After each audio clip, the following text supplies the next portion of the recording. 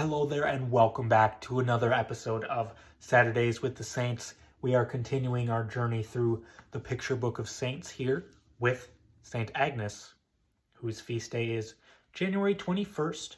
She is the patron of the children of Mary. Agnes was only 12 years old when she was led to the altar of the pagan goddess Minerva in Rome to offer incense to her, but she raised her hands to Jesus Christ and made the sign of the cross. The soldiers bound her hands and feet. Her young hands were so thin that the chains slipped from her wrists. When the judge saw that she was not afraid of pain, he had her clothes stripped off, and she had to stand in the street before a pagan crowd. She cried out, "Christ will guard his own."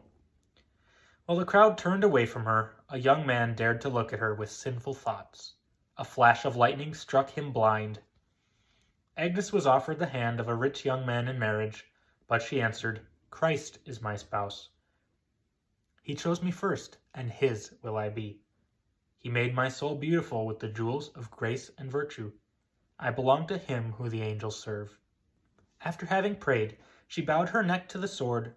At one stroke her head was cut off, and the angels took her soul to heaven.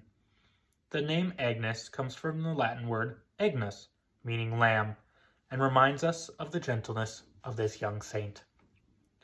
The prayer on here for today says, "All-powerful and ever-living God, you chose the weak in this world to confound the powerful.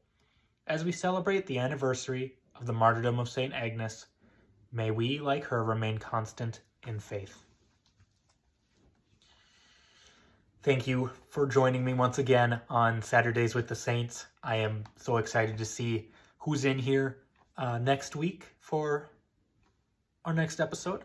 Until then, I hope and pray you have a blessed week.